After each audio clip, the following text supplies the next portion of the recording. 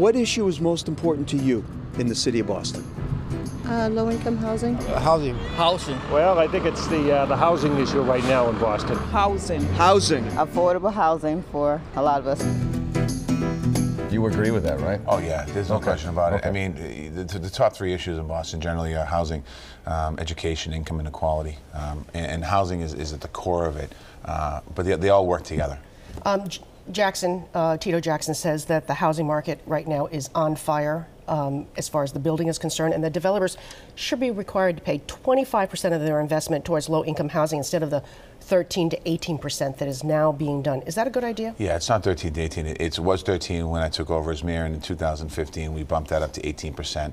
This year we're going to be able to collect about $57 million off of high-end housing being built in the city of Boston that we can make investments back into low-income housing. We also passed the Community Preservation Act. The voters of Boston, passed it last year.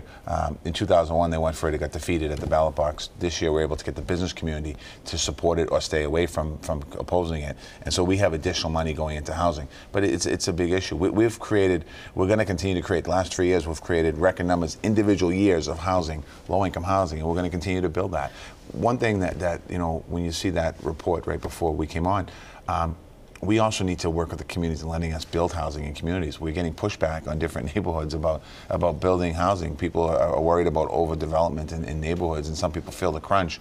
But we really have to continue to build housing. As a city, we're going to continue to grow, and to do that, we need to locate these housing. Earlier in this show, your opponent, Mr. Jackson, accused you basically of ignoring requests for more security at places like Bromley Heath. What's your response to that? That's a ridiculous claim. In September, we had a meeting out in Bromley Heath. We put up we put up cameras last year, high surveillance cameras, checking to see what's going on.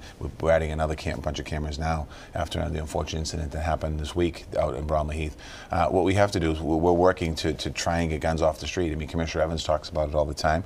We have our kids have too much access to guns. We have to work to get those guns off the street. We're creating more and more opportunities for young people as far as employment opportunities and getting them into positive places. The young man that was killed the other day was 16 years old. He was 16 years old. Yeah. I mean, and there were gunshots when people were I was there.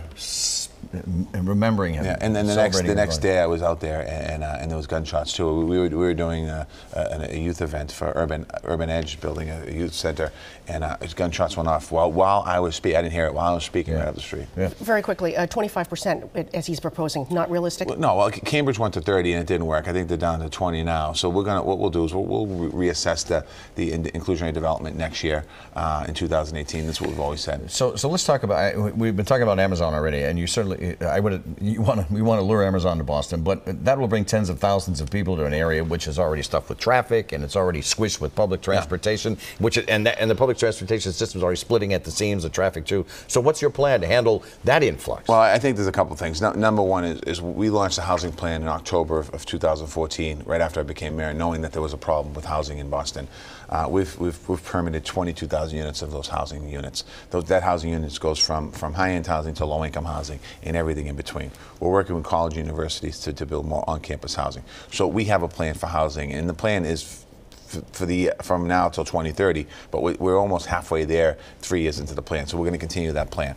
In the Amazon bid, we put in there, I think it's a $750 million line item for the state to work with connecting the blue line and the red line, and how do we have better system connections. And as a matter of fact, this week in my office, we just went live with on-time performance for the MBTA. So in my office now on the data dashboard, we have the red line, the green line, the orange line, the blue line, the silver line in the bus transit in my office. So we're keeping an eye on that and working with the state to try and improve. We need the investment. You need money. They have to figure out a way to come up with an investment to put into the public transportation. That's the bottom line. Real quickly, late night service like from 1 a.m. to 4:15. I know they were talking about a good idea, bad idea. Good idea. I think late night service is important. The issue is that they canceled it before because they weren't getting the ridership they needed. And I mean, what needs to happen in public transportation? There needs to be large investments, and this investment has to come from the federal and the state governments. It has to come from all. We're making our investment. We're doing $700 million over the next 5 years in public in transportation upgrades in the city of Boston. The state and the federal government in particular has to step up. Let's go to the OTR pop quiz. Are you ready, sir? We'll hope so. We'll see what happens. Hope so. Well, I'm going to do my best here. You're very confident, and then it's like, hope so. Sometimes, okay. you know. Question 1. What national figure preached from the Boston Common? The vision of the new Boston must extend into Roxbury. Martin Luther King.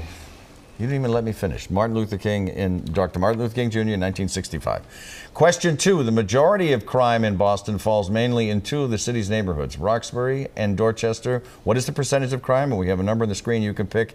Is it 55, is it 75, or is it 80%? What do you mean by percentage of crime? The majority of crime in Boston falls mainly in 2 of the city's neighborhoods, Roxbury and Dorchester. Yeah. That's the first premise. Yeah. The question is, what is the percentage of that crime? Like, in other words, what percentage of the crime in the city takes Yeah, place? George is a third of the city. I'd say 75. Yeah, 80, actually. 80 is the technical statistical reason. By the way, I should tell you right here, these are the same questions that we gave Tito Jackson, but you weren't here to hear it. No, they had me in a locked room somewhere.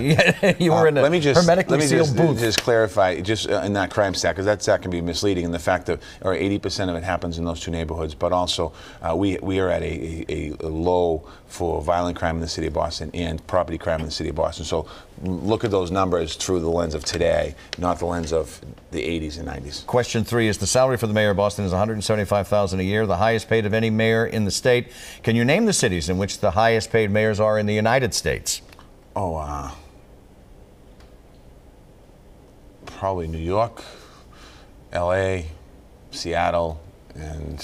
Well, wait, you got one of them. L.A. and San Francisco. The mayor, San Francisco, yeah. The mayor of San Francisco makes about $290,000, and the mayor of L.A. makes just about $240,000. Wow. We continue with. Can I take it to break, or do you want to take it to break? Well, yeah, you take it. All right, it's my turn. So we'll be right back after this.